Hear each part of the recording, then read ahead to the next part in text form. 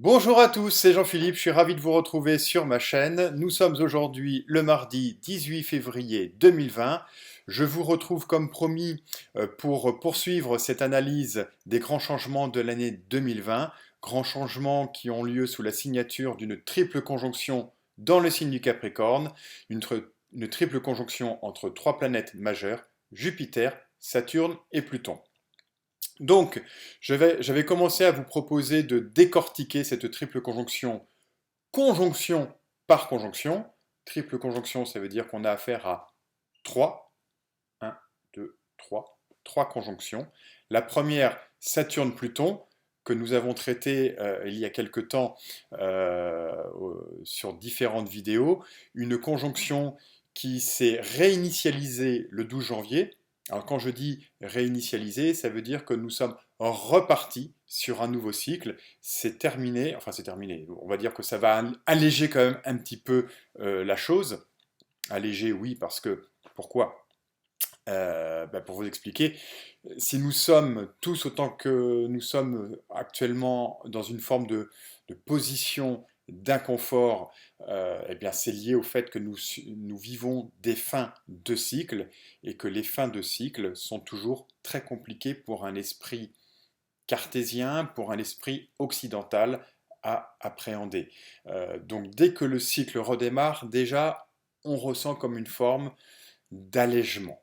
Alors Saturne-Pluton, c'était quand même le côté le plus plombant, si je puis m'exprimer ainsi, le plus plombant intérieurement. Donc ça y est, c'est fait, c'est derrière nous, on vient de réinitialiser le cycle, même si ça va quand même prendre encore un peu toute l'année 2020 pour pouvoir se mettre en place. Et pourquoi toute l'année 2020? Eh bien parce que les deux autres cycles, à savoir Jupiter et Pluton d'un côté et Jupiter et Saturne de l'autre, eux n'ont pas encore démarré leur nouveau cycle. Ils n'ont pas encore redémarré. Donc nous sommes toujours en train d'écuver les fonds de cuve. C'est le cas de le dire. Ça signifie quoi? Ça signifie que toute cette année va être encore un petit peu lourde, un petit peu inconfortable. Alors, venons-en à Jupiter et à Pluton.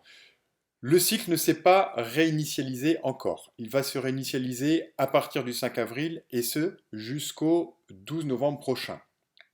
Pourquoi tant de temps? Eh bien tout simplement, contrairement à Saturne, on va avoir affaire à un jeu de rétrogradation entre les deux planètes qui fait qu'elles vont se croiser trois fois dans le courant de l'année. Donc la première fois ce sera le 5 avril prochain au 25e degré du signe du Capricorne, la deuxième fois le 30 juin et enfin l'ultime fois le 12 novembre. À partir de ce moment-là, on pourra véritablement dire que l'année 2020 est quasiment finie. L'année 2020 au sens des transformations que nous devons intégrer. Jupiter-Pluton, c'est quoi? C'est un cycle de tous, c'est le plus court. Le plus court en ce sens qu'il met à peu près 14 ans pour se reformer. Alors 14 ans, c'est relativement restreint. La dernière fois que ça s'est passé, c'était en 2008. Souvenons-nous, 2008, c'est quand même une année qui a été marquée par un événement retentissant au niveau planétaire. C'était la faillite de la banque Lehman Brothers, la faillite de la banque américaine. Cette faillite qui a remis à plat complètement la finance mondiale, que nous avons payé très cher, et faillite sur laquelle nous aurions dû apprendre, intégrer quand même certaines leçons. Je ne suis pas sûr que ce soit complètement le cas pour tout le monde. Peu importe. Ça, c'était la dernière conjonction entre Jupiter et Pluton. Par contre, dans l'histoire, si l'on recherche à quel moment a eu lieu la dernière conjonction entre Jupiter et Pluton dans le signe du Capricorne, eh bien là, ça remonte un petit peu loin, ça remonte quasiment à un cycle de Pluton, c'est-à-dire 248 ans. Et effectivement, la dernière fois que les deux planètes se sont rencontrées, c'était en 1771, à l'époque du roi dit le bien-aimé Louis XV. Pas sûr qu'à cette époque-là, il était encore bien aimé. Enfin, je pense que cette époque était totalement révolue. Mais 1771, C'est quand même le dernier tiers du XVIIIe siècle. C'est ce dernier tiers, pardon, qui a apporté, comme vous le savez, tout un tas d'événements majeurs sur l'histoire mondiale, à savoir les révolutions américaines puis françaises. Ça donne un petit peu le programme. Donc, entre 2008, où nous avons un cycle qui marque quand même un mouvement économique majeur, l'effondrement d'une banque d'investissement, et puis cette année 1771 qui finalement, si en elle-même l'année n'amène pas grand-chose, en tout cas dans la mémoire collective, elle inaugure une période de trouble. Je vous le rappelle que la conjonction aujourd'hui Jupiter-Pluton dans le Capricorne est accompagnée avec une conjonction avec Saturne. Donc, autant dire que les troubles, eh bien oui, ils sont présents, ils sont bien là, c'est eux qui nous amènent dans une position d'inconfort, une période qui est particulièrement difficile à vivre, tant sur le plan individuel que sur le plan collectif. Alors sur le plan individuel, si vous qui me regardez à ce moment-là, vous sentez que vous êtes dans une période difficile, où ça va pas bien, vous vous sentez déprimé, angoissé, eh bien dites-vous, c'est normal. C'est la faute de Jupiter et de Pluton, entre autres. Mais en tout cas, il y a une forme de normalité que nous devons accepter. Évidemment, les choses vont s'alléger au fur et à mesure que les cycles vont se former. Mais en attendant, justement, l'idée, grâce à l'astrologie, c'est de pouvoir un petit peu comprendre ce que nous devons apprendre au travers de cette réinitialisation de cycle. J'ai vraiment du mal aujourd'hui, pour pouvoir savoir comment bien redémarrer un cycle et que bâtir sur le redémarrage de ce nouveau cycle. Alors, si on revient à Jupiter et à Pluton, bon, on a déjà vu que ça, sur un plan événementiel, ça pouvait concerner des événements troubles, des événements qui sont liés aussi à la haute finance, à la finance mondiale. Ça signifie déjà que dans le courant de l'année, effectivement, à la faveur de cette conjonction Jupiter-Pluton, on peut s'attendre à revivre des remises en question, pardon, sur un plan économique du fonctionnement de notre système financier. Alors, certains parlent de krach boursier, j'irai peut-être pas jusque-là, mais en tout cas l'éclatement de bulles spéculatives suffisamment fort pour remettre à plat certaines choses, oui, certainement, on peut s'y attendre. D'un autre point de vue, c'est André Barbeau qui nous a certainement le plus renseigné sur la nature de ce cycle Jupiter-Pluton. En effet, il a remarqué que tous les partis fascistes et nationalistes étaient synchronisés sur ce cycle. Notamment le parti nazi en Allemagne. Il avait remarqué qu'il avait été fondé en 1919 à la faveur d'une conjonction entre Jupiter et Pluton. Hitler a été emprisonné et écrit Mein Kampf au moment d'une opposition Jupiter-Pluton. Son accession au pouvoir se fait également à la faveur d'une conjonction Jupiter-Pluton. Et puis enfin, dernier événement le plus dramatique d'entre tous, au moment d'un carré décroissant, d'un carré finissant entre Jupiter et Pluton, on a l'épisode des fours à gaz, des fours crématoires dans les camps de concentration. Donc, forcément, Jupiter et Pluton est lié à l'existence et à la dynamique des partis extrémistes. Pourquoi? Eh bien tout simplement, ça s'explique de façon très simple, c'est l'ambivalence qu'il y a entre Jupiter d'une part et entre Pluton d'autre part. Jupiter, c'est la croissance, c'est la volonté de grandir, de partir à une forme de conquête.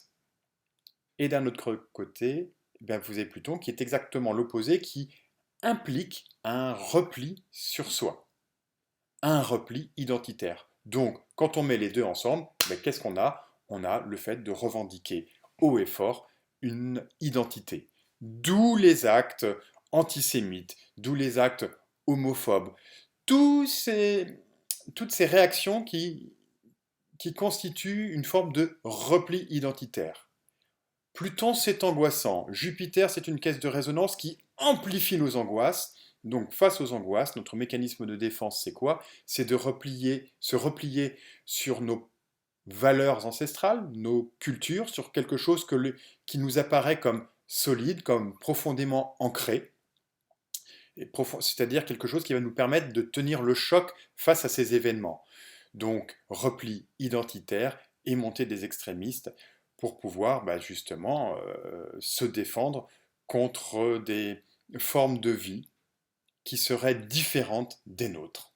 Voilà ce qui explique les mouvements extrémistes. Alors, il est certain qu'à la faveur des prochaines élections, notamment municipales, on peut s'attendre alors peut-être pas un raz-de-marée, mais en tout cas à ce que beaucoup de villes tombent entre les mains du Front National. Jupiter-Pluton, maintenant, comment l'analyser, comment en prendre la substance sur un plan mythologique? En fait, on se rendra compte que Jupiter et Pluton sur un plan mythologique n'ont pas grand-chose à voir ensemble. Il y a peu de mythes qui, qui, qui mettent ces deux protagonistes en présence l'un de l'autre.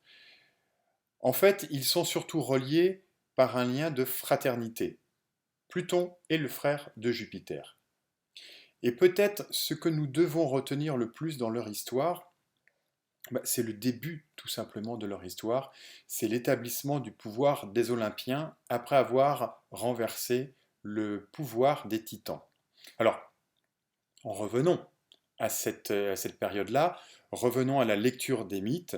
Vous savez que Saturne, Chronos, a renversé son père en le castrant, il a établi son pouvoir et il s'est accaparé de la totalité du pouvoir. Il le garde jalousement, ce pouvoir, tellement jalousement qu'il n'a peur que d'une chose, c'est que la malédiction que lui a adressée son papa, Uranos, ne se réalise, c'est-à-dire qu'à son tour, il soit renversé par ses propres enfants. Alors, pour contrecarrer cette malédiction, vous savez ce que Saturne a fait, il les a tous bouffés, tous à part un, le petit Jupiter, qui a été protégé par sa maman. Et c'est effectivement Jupiter qui va, d'une certaine façon, à son tour, renverser Saturne. Je dis bien d'une certaine façon, parce que Jupiter va quand même être averti de cette malédiction et investi d'une certaine forme de sagesse. Sans doute la chèvre amaltée qui l'a nourri n'y est peut-être pour quelque chose. Amalthée, vous savez, c'est cette chèvre qui a donné son lait, cette chèvre qui a donné aussi la corne d'abondance. C'est elle qui a permis à Jupiter de grandir bien à l'abri de son papa. Et Amalthée, eh bien, la chèvre est en analogie avec le signe du Capricorne. Ah, tiens. Il y a peut-être des petites choses à comprendre déjà. Puisque, donc, vous l'avez compris, Jupiter-Pluton se forment aujourd'hui dans le Capricorne. Alors, investi de cette sagesse, Jupiter va éviter ou va mettre fin à cette malédiction, à cette malédiction archaïque qui consiste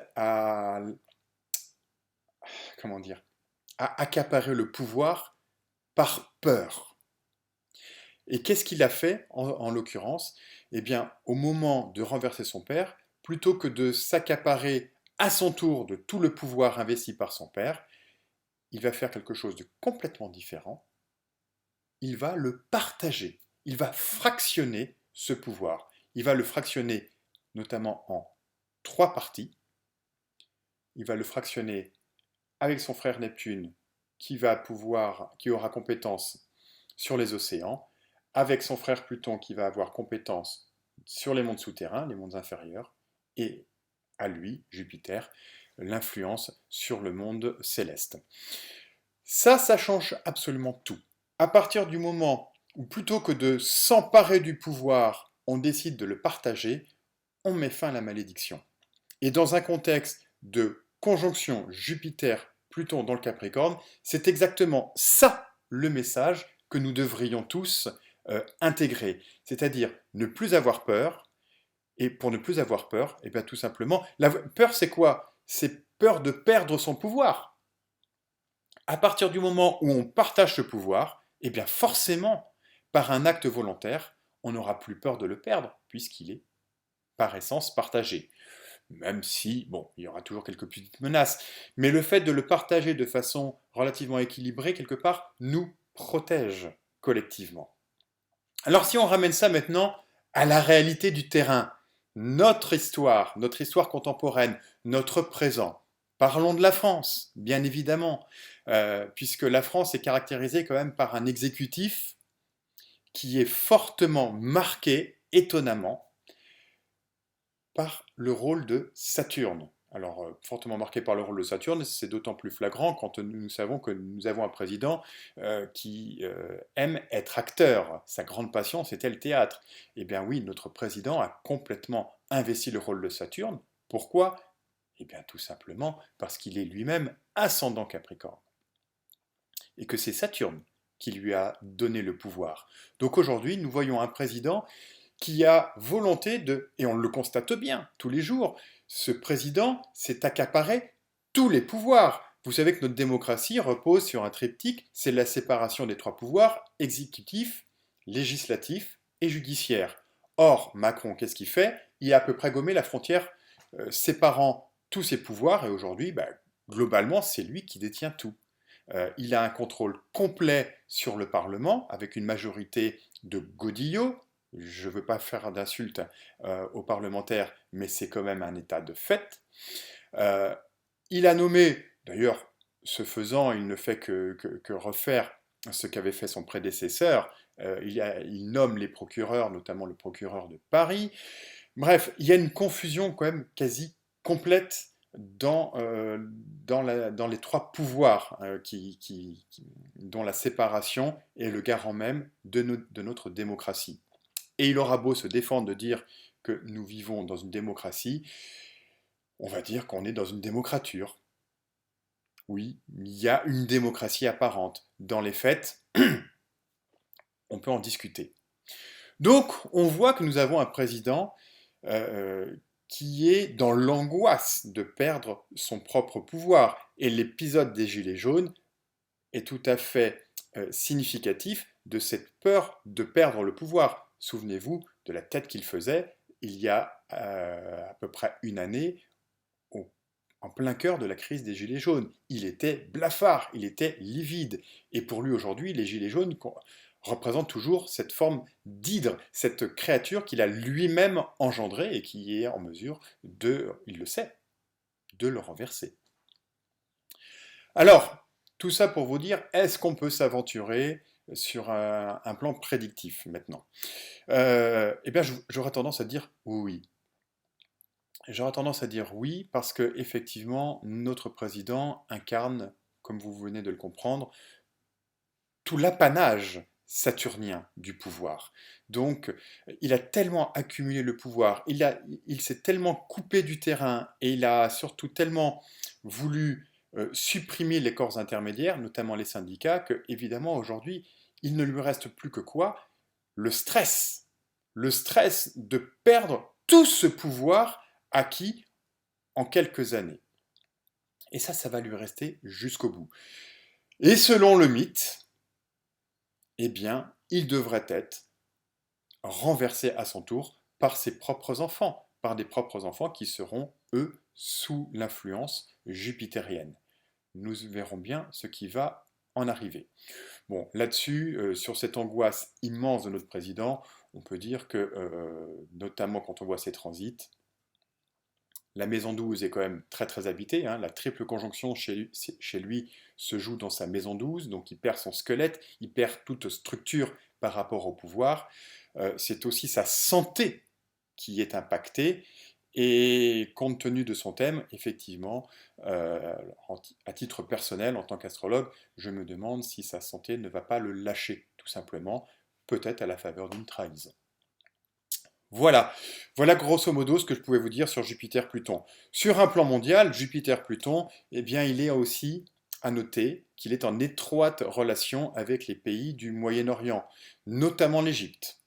Et ces pays du Moyen-Orient, vous savez que chaque fois qu'ils bougent, eh ben, c'est que c'est lié aussi aux hydrocarbures, au pétrole et au gaz. Donc ça risque de bouleverser quand même pas mal les choses, encore une fois, sur le plan économique. D'ici à s'attendre à ce qu'il y ait une nouvelle forme d'exercice du pouvoir dans ces pays-là, normalement une forme de partage du pouvoir, eh bien il n'y a pas loin. Donc peut-être un nouveau printemps arabe, à moins que les choses se fassent de manière un peu plus constitutionnelle, c'est-à-dire que les pouvoirs en place acceptent de répartir ou de partager l'exercice du pouvoir. Bon, nous verrons bien. Je crois que je vous ai à peu près dit l'essentiel sur cette conjonction Jupiter-Pluton. Donc, un, oui, c'est angoissant. Deux, ça nous incite à un repli sur soi. Attention, danger, ne pas trop se replier. Se replier sur ses valeurs, c'est bien, mais ne pas fermer la porte quand même aux influences extérieures. Ne vous inquiétez pas, c'est un cycle rapide. Il nous reste encore quelques mois pour franchir le seuil de réinitialisation de ce cycle, et puis les choses vont s'alléger progressivement. Donc pas de panique. Par contre, eh bien justement, profitons de ce temps de remise en question, de repli sur soi, pour pouvoir découvrir vraiment quel est notre espace vital, notre espace intérieur, qui nous permettent ensuite de déployer nos dons, nos talents, nos capacités euh, pour le meilleur des mondes, dans une forme de partage. Je vous souhaite à toutes et à tous une très belle journée, un super printemps, et puis je vous dis à très très bientôt pour une nouvelle vidéo. Ciao, je vous embrasse.